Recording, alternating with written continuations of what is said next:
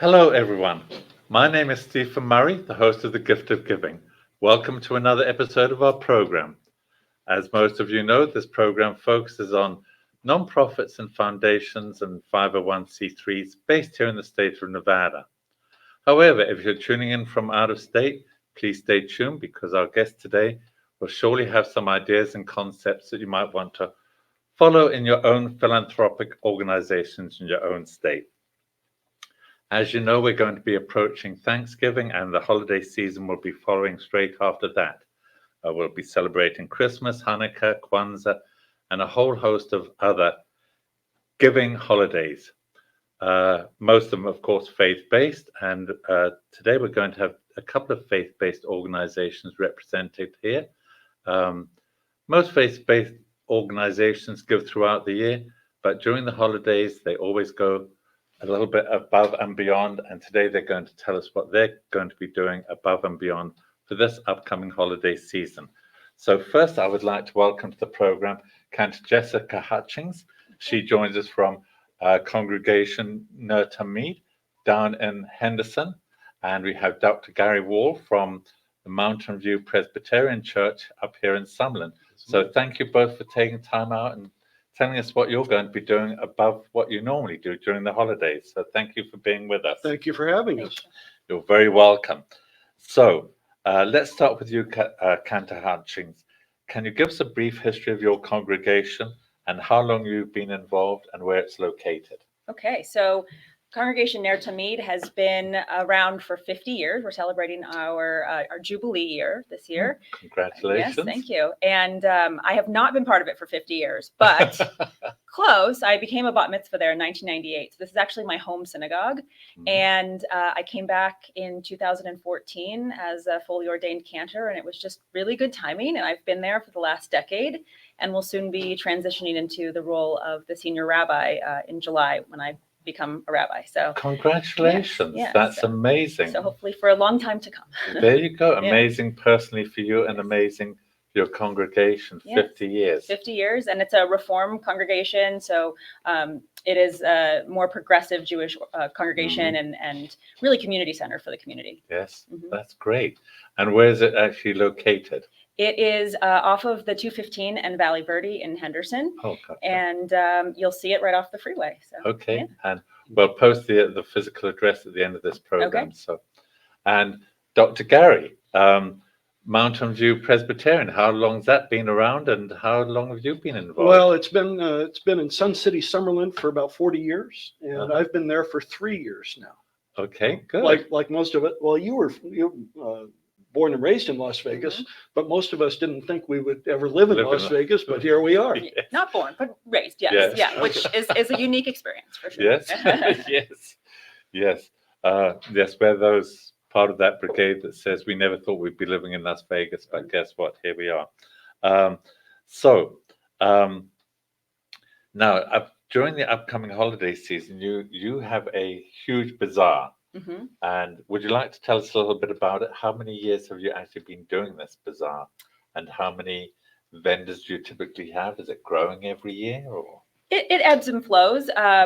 It's definitely been around for since I was a child. So I'll say, if not the full 50 years, definitely for 30. So it's been something that people look forward to in our community. All kinds of vendors, from people who hand make their jewelry or art or whatever it is that they do, to people that are sales representatives for other small businesses or even larger businesses and want to have a place to represent what they do. And then our own sisterhood will have, they have something called Cookie Court, where they all bake cookies. And so there's a little bit of hometown, we call it Hamish, where it's very intimate. And we also have a bigger scene for people who are looking for more of the commercially marketed holiday gifts.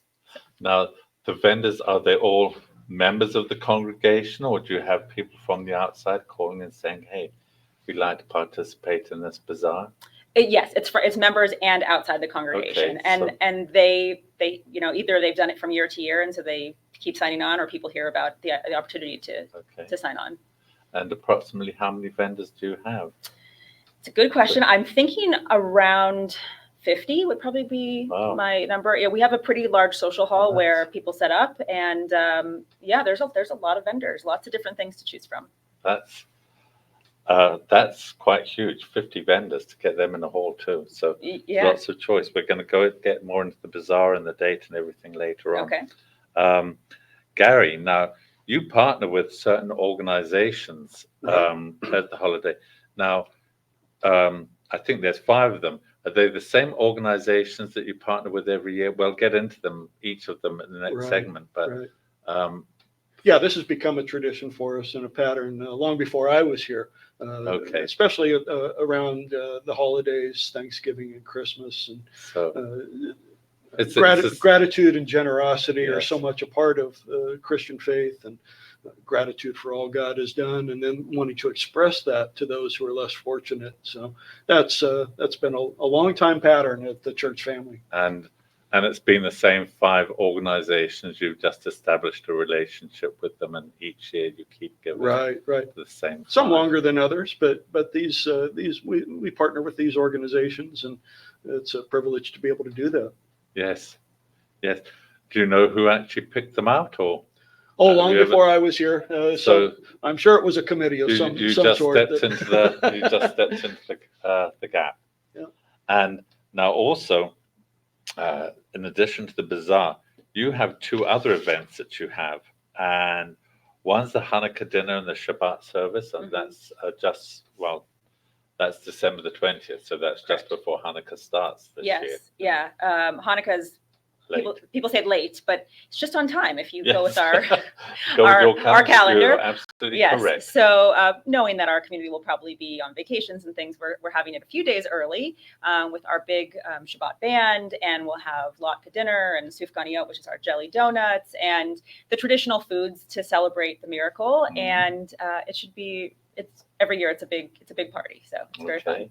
Yeah. And do people have to be members of the congregation to attend? No, anyone can always attend our Shabbat services. Yes. If they're interested, looking for community. Anyone is our doors are open. The doors are open. Mm-hmm. How nice. And regardless of their faith, Yeah. they can just We have people who are curious all the time. Mm-hmm. Yes, Mm-hmm. that's nice that you welcome anybody and everybody. And then also you have the lighting ceremony, and that's on the 26th this year. Yes. And there you serve what at the candlelight? So the candle lighting is really truly a community event for Henderson. This year it'll be on the 2nd night. We have the big Chanukiah that is in the district on Village Walk, and along with my colleague Rabbi Mendy Harlig, we put together a beautiful. If you know the district, it's like the center street, Village Walk. We have it blocked off, and we have hot chocolate, and we have a photo booth, and we have donuts and games for the kids.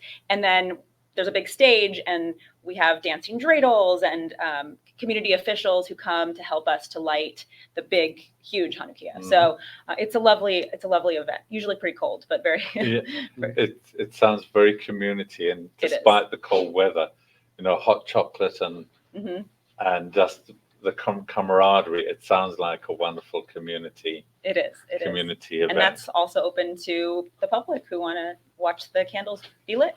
Yes. And could you explain the significance of the candle lighting ceremony a little bit for us? Sure. So part of Hanukkah, which means dedication to this beautiful miracle that we have in our historic text, is that you should display your Hanukkah or your Hanukkah menorah in the window so that others can see that you are celebrating the miracle.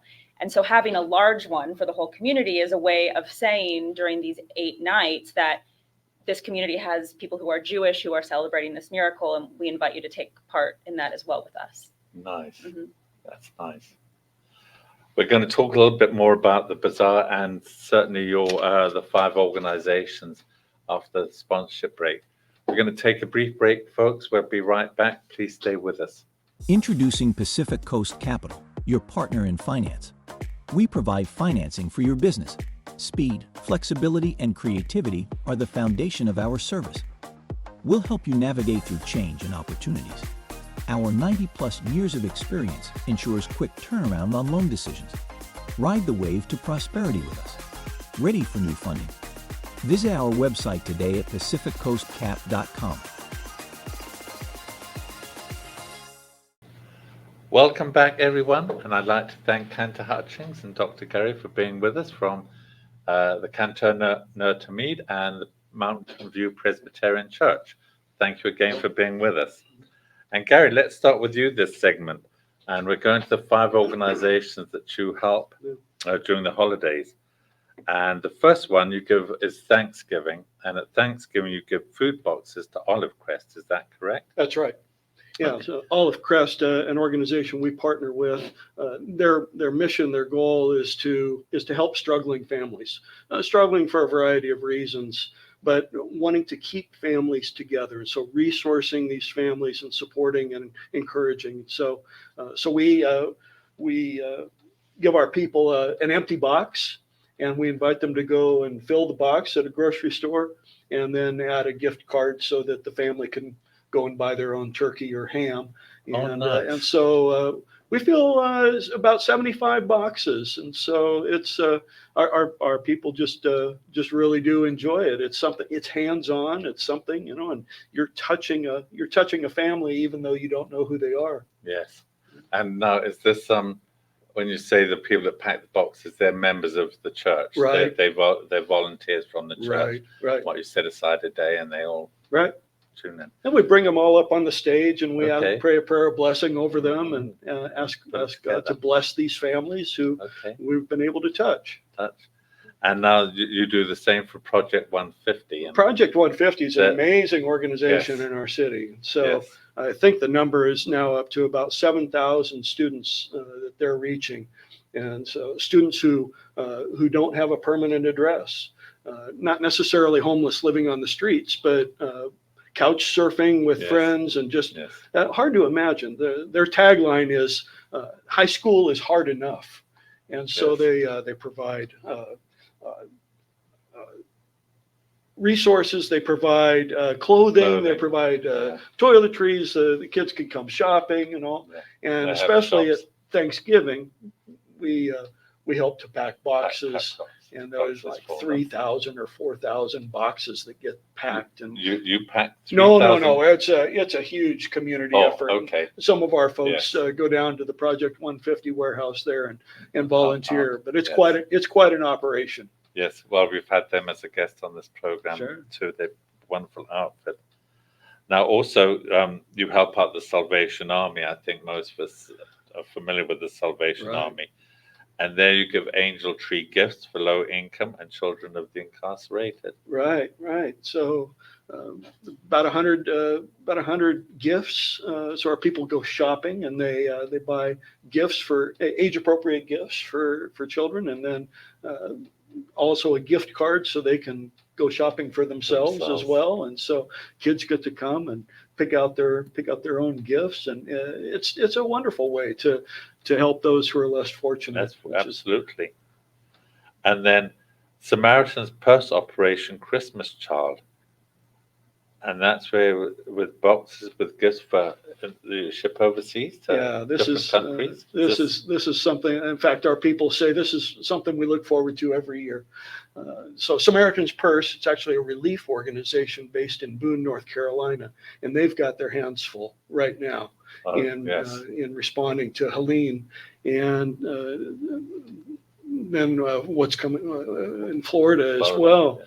And so an amazing organization, Franklin Graham, who's the son of Billy Graham, is the leader of Samaritan's Purse.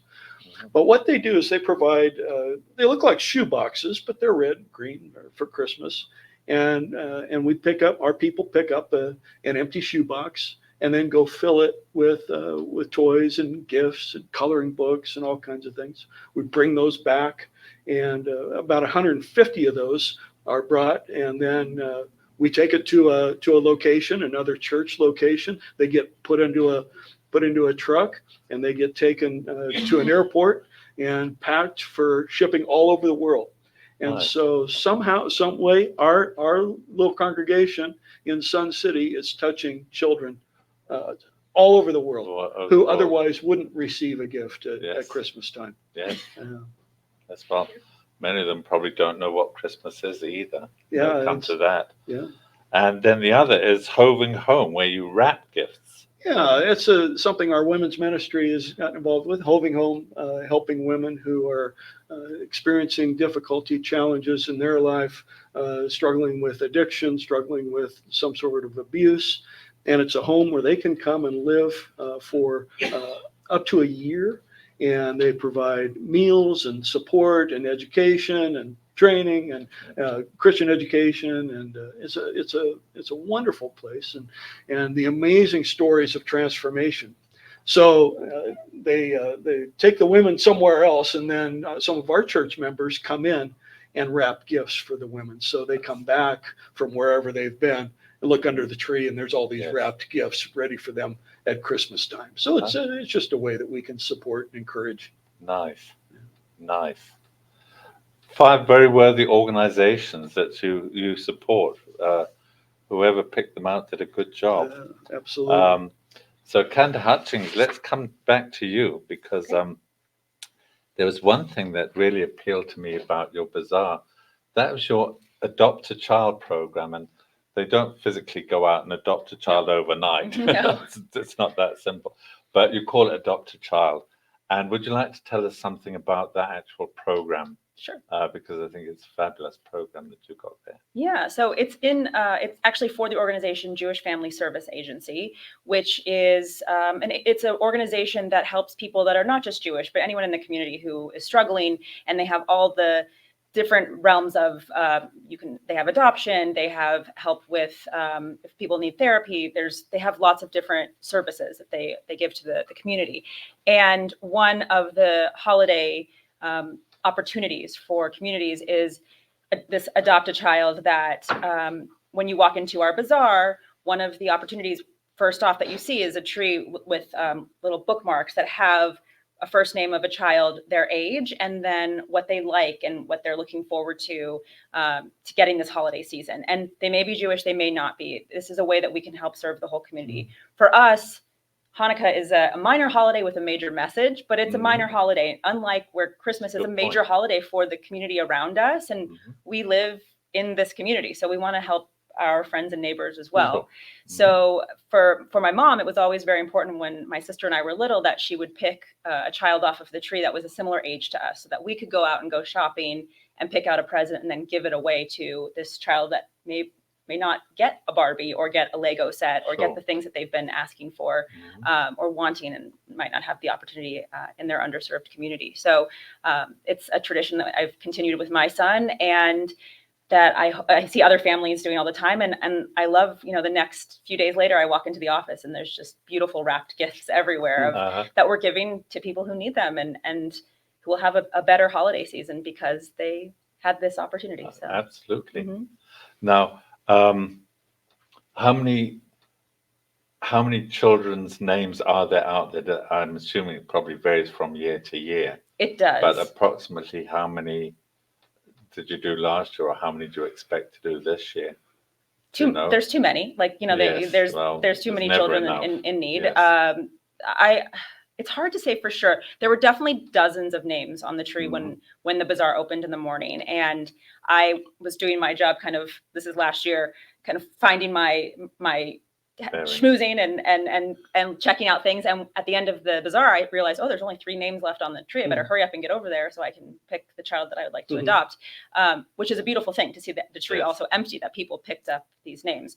So I would say I would go with dozens. There's that we are assigned to that will have gifts this holiday season. It's heartwarming to see it full at the beginning of the day, and you go back at the end of the day and there's just a couple left. Yes. Now, when it's a kid's name and the age, approximately how many gifts are there on there? Is it the 8 days to coincide with Hanukkah, or probably not, because you said it's not just Jewish children? Right. And so 8 days, 8 gifts. It's more in Hanukkah, traditionally, the gifts were small, like sometimes a chocolate, sometimes there's the game of dreidel. And so you would have little gelt, little monies or gifts that you would get every night, not huge presents that I think, maybe our children have gotten accustomed to. Yeah. It doesn't have to be 8, it can be 1, but not necessarily. Some people will pick multiple children because they want to give more or they can give more. And some will choose 1 because that's what they're able to, and they'll they'll provide as much as they can from the wish list for that one child. So it just depends on who picks them. And there's no problem if they pick out a child and they can't afford all the items on that wish list. They're not chastised for saying, well, you've only bought 6 of these 10 items. I mean, you take what they bring with gratitude and let it go. Absolutely, yeah. So we try to make sure that everybody's wish lists are fulfilled. So sometimes we'll, some of our sisterhood or some of the volunteers will buy some extra gifts and wrap them in case at the end we need to fill in some blanks. And so I imagine if you've got all these dozens of gifts, you've got to have loads of tables and make sure that the name of the kid doesn't get detached from the slew of gifts that are out there. Yes, that is a whole operation that our sisterhood group or the people who are volunteering for JFSA afterwards, when the deadline comes, that they go and they sort everything. So yeah, we have a pretty big table in our boardroom. Now, are they expected to wrap the gifts, or you're supposed to wrap your gifts? So you wrap the gifts as well, and then you come in, they're all beautifully wrapped with bows and the names attached. And then does somebody from the Jewish Family Services come and pick them up and take them? I'm not sure this year what's happening, but either we transport them or someone picks them up from the agency. Okay. So they will come to the bazaar, pick out their name, and then do they have to have it back by? Yes, there will be a date. There's a certain date they have to get it back by, and they don't all pitch up on that day, anytime after that date. Correct. Yes. Okay. Sometimes I come the next day to the office and there's already gifts there. So just anytime. I think it's like they give them about a week of a window. So I think you've both got wonderful, amazing programs of giving back to our community and making our corner of the world a better and brighter place. So thank you for that. We're going to take another sponsorship break. Please stay with us. We'll be right back with Kent Hutchings and Dr. Gary.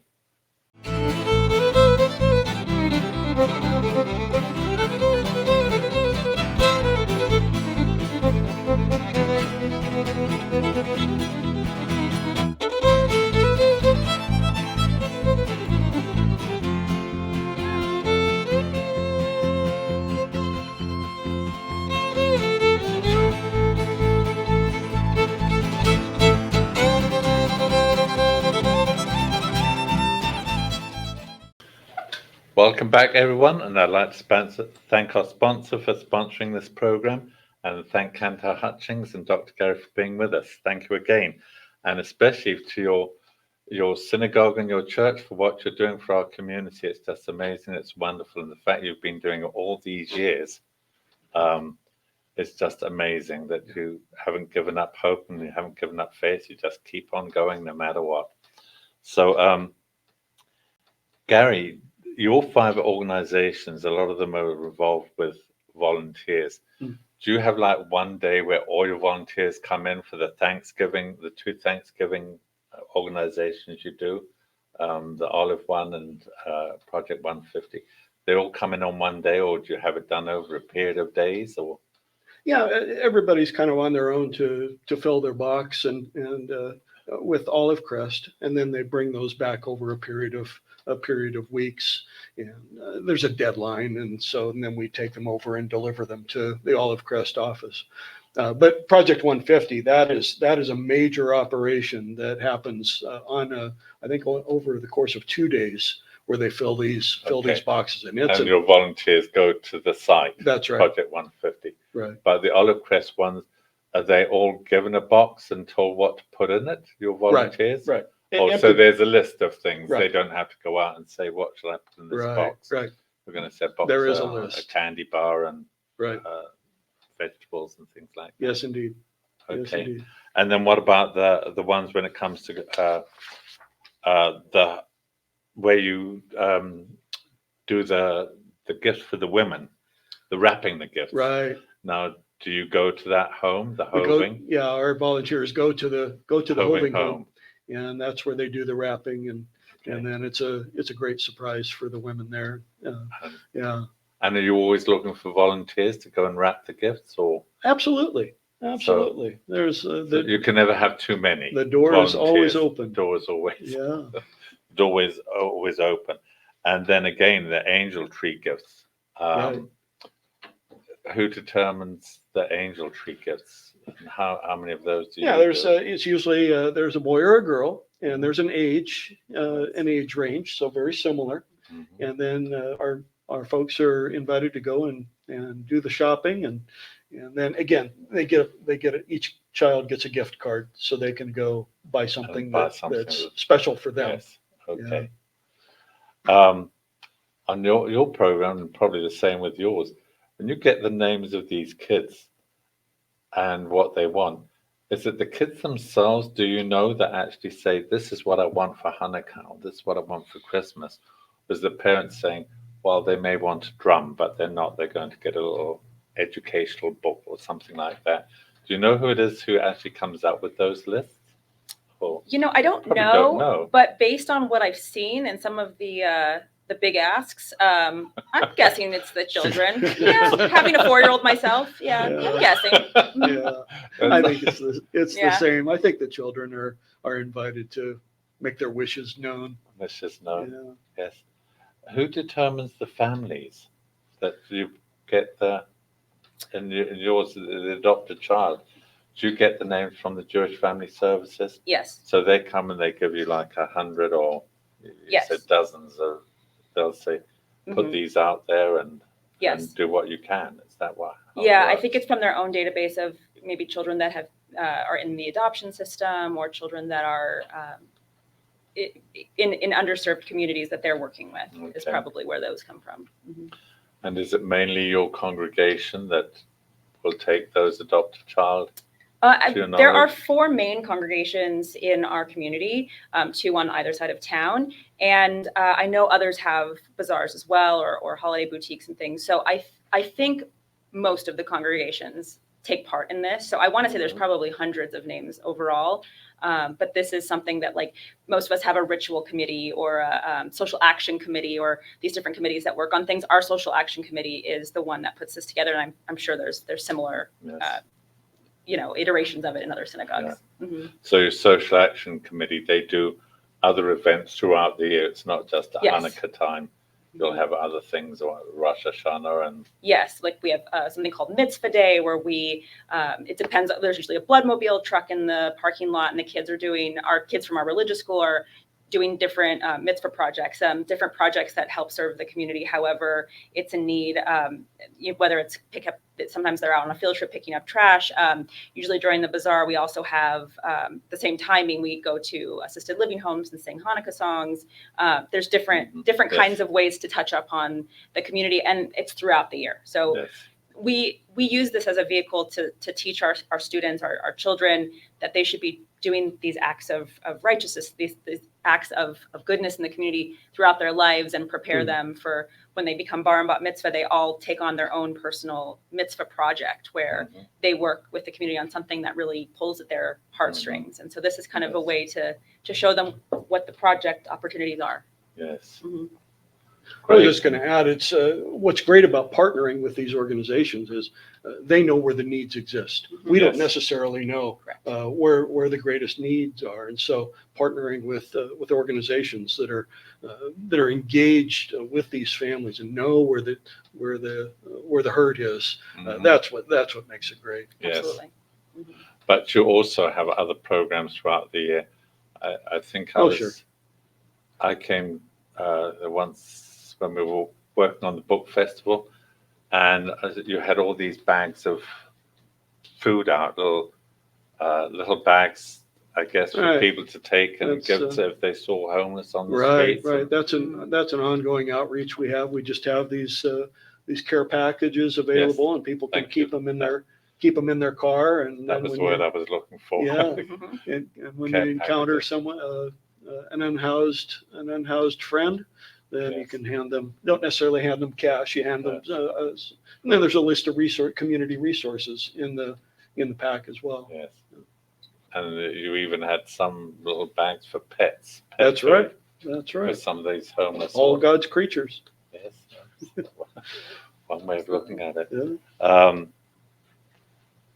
I hope there's going to be peace in Israel soon. Thank you. I really do. I think that's what we all pray for. Our world needs peace. Yes, the world needs it, and we certainly need it there. Yes, indeed. Is there anything else you would like to share with our viewers as we're coming up to the holiday season, Dr. Gary? Well, we'd love to have you. So we have 2 services at Mountain View Presbyterian Church. One at 8:30. That's a more traditional service. One at 10:30. That's more contemporary. We have special Christmas Eve services at 4 and 6 and 11, I believe. And it's a very warm and welcoming and inviting congregation. Everybody's welcome. Everybody can come. Just like very similar to ours as well. Yeah. Would you like to share with us your website and where Mountain View is located, right? And the phone number, so John can put it on the screen for us? Sure. I mean, you'll help me with the phone number, but I certainly will. The website is mviewpc.org. And we're located at 8601 Del Webb. So right off of Rampart, turn onto Del Webb, right as you go into Sun City, Summerlin, and there we are. So we'd love to have you. And as you said, here's your help with the phone number, 702-341-7800. And Kent Hutchings, would you like to, is there anything you would like to share before we put out your information? Sure. So absolutely, you're welcome to be there. I know this has been a difficult year, especially for our Jewish community, and you should know that you have a safe and welcome home to come to, no matter what your age or stage of life is. And if you're looking for your Jewish community, you can come to Congregation Ner Tamid. Most of our services are at 7 p.m. on Friday nights. But for Hanukkah on December 20th, we'll have our Shabbaton service at 6:15, followed by a latke and donut dinner. And we'd love for you to come to that. And anytime you're curious, you can find us on our website, which is lvnertamid, NERTAMID.org, and find out more about us. And it's not that far from Summerlin, so even if you're on the other side of town, you can come to Henderson. And we are at 55 North Valley Verde Drive in Henderson, Nevada, 89074. And did I give the phone number yet? Phone number is 702-733-6292. So we would love to have you.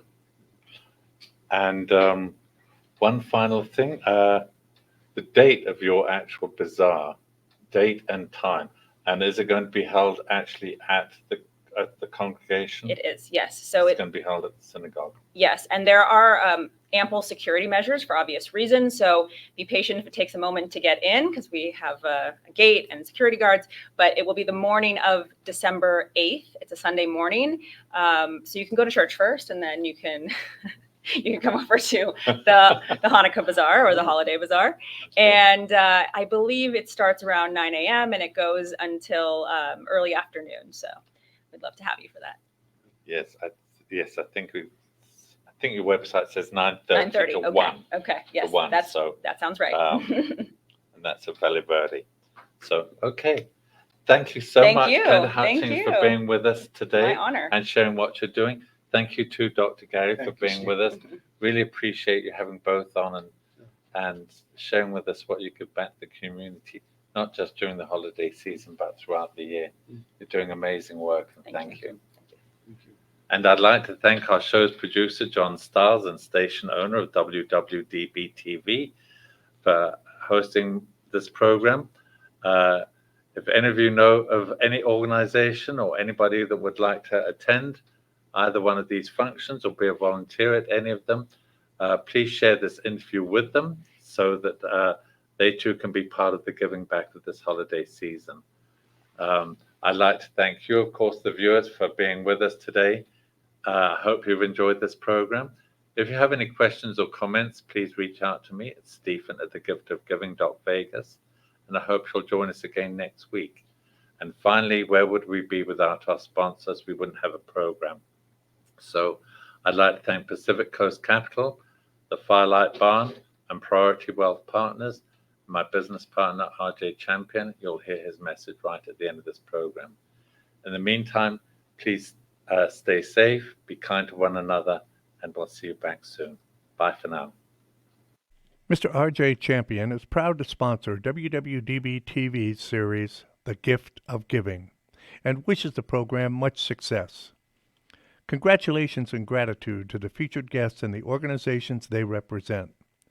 Our community is well served by your tireless efforts to make Nevada a better state for all its residents.